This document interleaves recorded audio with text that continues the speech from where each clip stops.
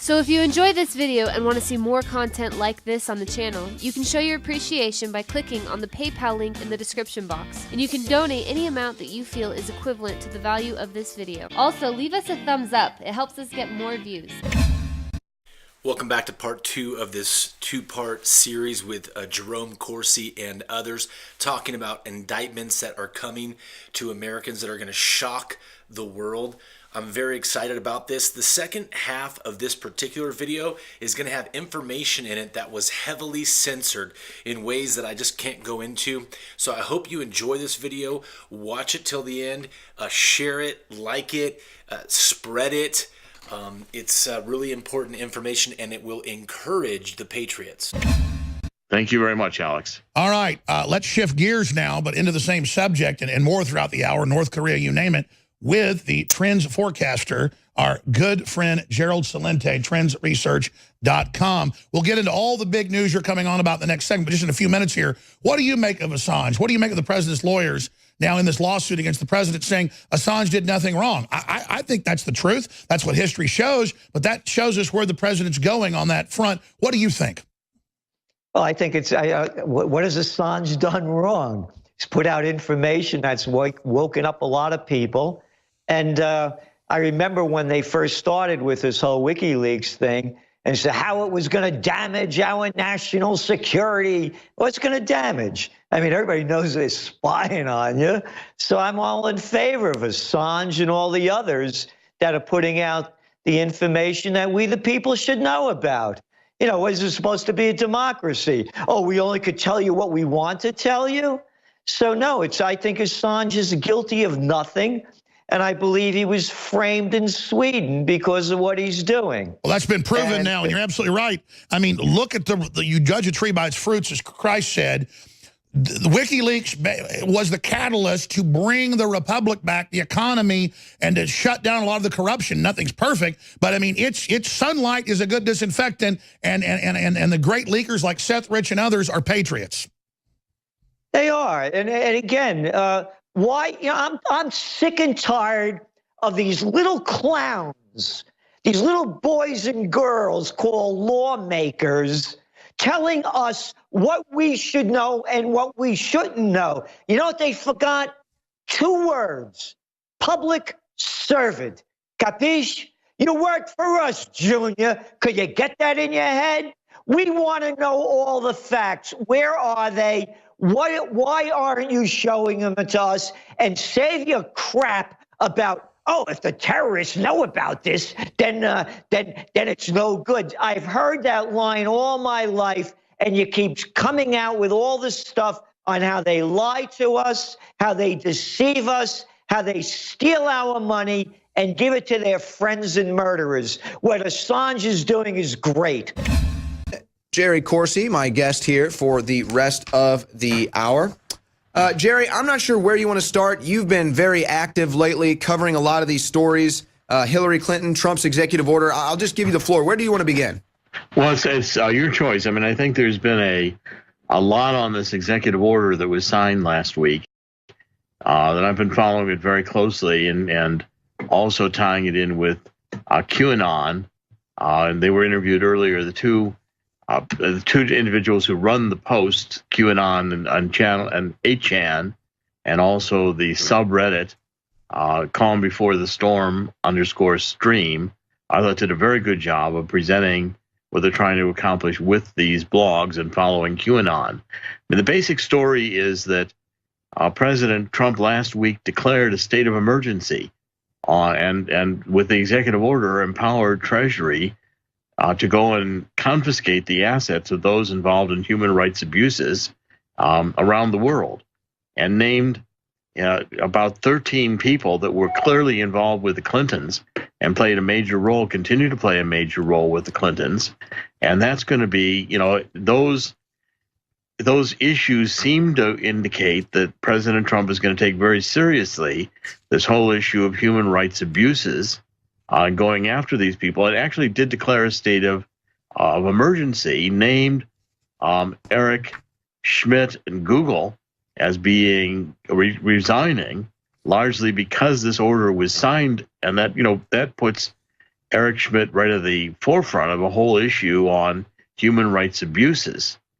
And I started getting deeply into QAnon as a result of that executive order, and began to decode one of the major timelines that QAnon had posted a couple of days earlier, and realized that it was expanding from this executive order to show the entire coup that was underway in the Department of Justice and the FBI to remove Trump from office. And it was all based on, this whole lying, I guess, narrative, the Russian collusion, for which there's been no evidence. And it was very effectively put together. But again, it documented the extent to which Eric Schmidt has been very involved in funding Hillary, and at every step in the way, funding the development of this narrative against Trump. And I'm expecting now that there should be some really significant developments occurring in the very beginning of January. I concur with that.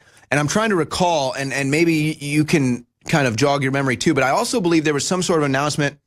I don't remember if it was the UN or someone basically just announced how they're stepping up their security in Haiti because of all the child sex trafficking that's been going on there. That's kind of a new thing, that they're recommitting, redoubling their efforts to stop the child sex trafficking in Haiti. Of course, we all know about the Clintons and the Clinton Foundation and their relation to Haiti, and then Laura Silsby trying to get kids across the border. So that stuff is all going on. But back to this executive order, Jerome, I'm seeing a lot of people that I guess we would consider purists, such as a Ron Paul, speaking out against this executive order and thinking that, they're purists. They don't agree with essentially civil asset forfeiture. They don't agree with the United States saying that we can have this kind of worldwide power of civil asset forfeiture. But here's my thing. I've never claimed to be a purist, and I never will be a purist, because in my opinion, purists never win. A purist cannot win. A purist cannot get things done democratically via our republic. It just never happens. That's why Ron Paul, I felt, never could win president. So what would you say to the people out there that are kind of looking at this and not seeing the bigger picture, but instead trying to focus on this and say, well, wait a second, how is this constitutional?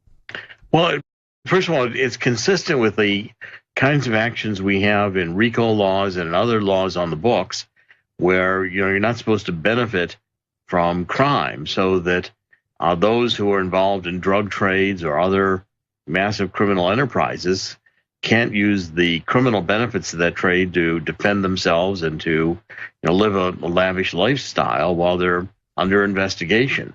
The confiscation of assets can be abused like anything in the justice system. But what I think this prefigures is that President Trump is getting ready to have the next shoe drop. In other words, we've had all of the issues coming out about sexual harassment. And, we've seen Al Franken and Harvey Weinstein. That's the tip of the iceberg. Wait until these issues of pedophilia start getting exposed on an international basis, and child trafficking. And if President Trump is going to go after that seriously, I think these extraordinary tools, such as confiscation of assets, may be what's needed. And it certainly seems to me that the stage is being set today, this afternoon. President Trump also declared that January was going to be a human rights abuse, dedicated to the stopping of human rights abuses and human trafficking. And slavery too. And slavery. That's the second. That was declared also for last January. But last January, President Trump was just coming into office. This January, combined with this executive order and Eric Schmidt's sudden withdrawal from the scene, with his massive involvement in the development of this Russian collusion and funding this Russian collusion narrative, I think we're going to see in January some action out of the Department of Justice. Pointing the finger at Google's Eric Schmidt, who, interestingly enough, severed his ties with Alphabet, with the parent company of Google, the same day that we had Jeff Sessions, as people pointed out, the hashtag Jeff Sessions awakes, because he said he was going to have take a look. Justice Department prosecutors are going to be interviewing FBI agents who knew about corruption prior to the Uranium One deal going through, and also who were involved in putting a gag order on the whistleblower. So on that day, we have Jeff Sessions coming out saying, I'm going to investigate Uranium One. And he also, we had the executive order that came out, which basically said we're going to take RICO-like capability to come after people involved in corruption. And then Eric Schmidt resigns from Google. So tell us a little bit about Eric Schmidt's appearances throughout this timeline from QAnon, Dr. Corsi. Well, Eric Schmidt has been critical to the entire coup d'etat against Trump. I mean, he starts out, first of all, he says to Hillary Clinton, I want to be one of your major outside advisors. And Google puts together for Hillary her IT system, which is at the heart of the theft from inside. I believe it was an inside job by Seth Rich to steal the DNC and Podesta emails and get them over to WikiLeaks. But every step of the way, that's investigated. That DNC break-in is investigated by CrowdStrike, which is an outside firm that Google has invested heavily in, Eric Schmidt.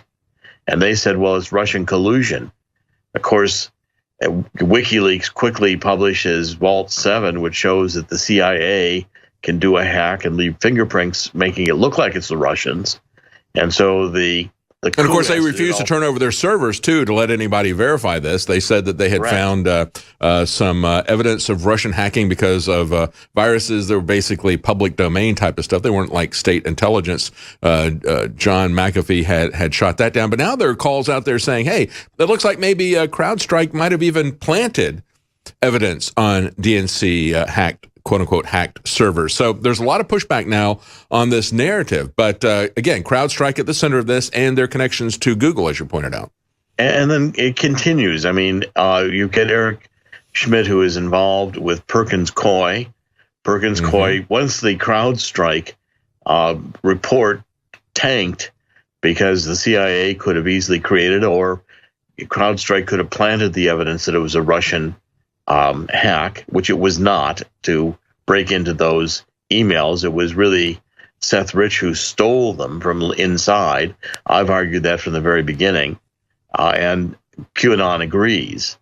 And so therefore, they switched over to the Fusion GPS document, and of course, it started getting funded by the Clinton campaign and by the DNC, and it got funded through Perkins Coie, the law firm.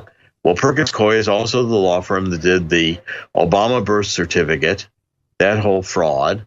And Perkins Coie is very heavily involved in Silicon Valley and represents Google. And Eric Schmidt's very close to Perkins Coie.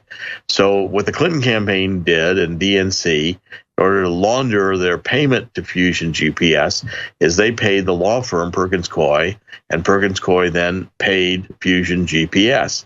And again, you've got Eric Schmidt at the center of that because he's coordinating with Perkins Coie, and he's behind the investment that's going into Fusion GPS. He's a major investor in the Clinton campaign. So it's kind of like, it's not like the 6 degrees of separation of Kevin Bacon, where you can take Kevin Bacon and see people that are connected with him, pretty much connect him with 6 degrees of separation to every movie. This guy, Eric Schmidt, he's maybe only got 1 or 2 degrees of separation to Hillary Clinton, to the DNC, to Obama, going to the Obama White House hundreds of times in a year. This is a guy who basically hung out there. So it's not any secret that he's deeply connected, but now we're seeing how deeply connected he was in these movements at the center of coming after President Trump. I just wanted to break in real quick for an Operation HAL Info Warrior update. Many of you thousands of Operation HAL subscribers are passionate patriots. We can tell because of the comments that you leave in the comment section. But America needs more than just passionate comments from anonymous subscribers. America needs info warriors who are willing to spread information. Believe it or not, us patriots, we are beginning to win the info war. We are on the march and the enemy is on the run. They never anticipated this explosion of social media. The bad guys who are behind the scenes attempting to destroy our republic, they didn't realize that platforms like YouTube, Twitter, Instagram, and Facebook would give voice to those of us who haven't been fooled by the fake news, Project Mockingbird, CIA-ran media. Patriots like you and me now have a level playing field to take part in the war for the soul of our nation. And the good news is, we don't even have to use guns. We can simply use our home computers and laptops, just like I'm doing right now. In fact, The Operation Hal YouTube channel has reached over 73,000 unique individuals just this month. So if you want to get off of the sideline and onto that playing field, we at Operation Hal want to help. We have helped over 18,000 individuals just like you. Learn how to create and distribute content online. It doesn't matter if you're a novice with computers or a pro. Operation Hal is willing to train you for free in our simple techniques that will allow you to have a voice in our nation. So if you're interested in our free online training, you can email me, Mackenzie, at operationhal@gmail.com. Send me a brief description of why you want to join the Info War. And make sure you put in the subject line, I want to be an Info Warrior. As soon as we get your email, we will contact you back with further instructions. We look forward to hearing from you soon. If you're interested to learn how to create content and spread content, we'll show you how. Go to the Operation Hal YouTube channel, click on the About button, and then click Message. Send us an email. If you want to engage, become an Info Warrior, we will train you up. If you like this video, make sure you hit the like button and also subscribe to the channel and hit the bell icon below the video to get notified when the latest new content drops. Keep us in your prayers. We get a lot of resistance for putting these videos out, but to Yahweh be the glory.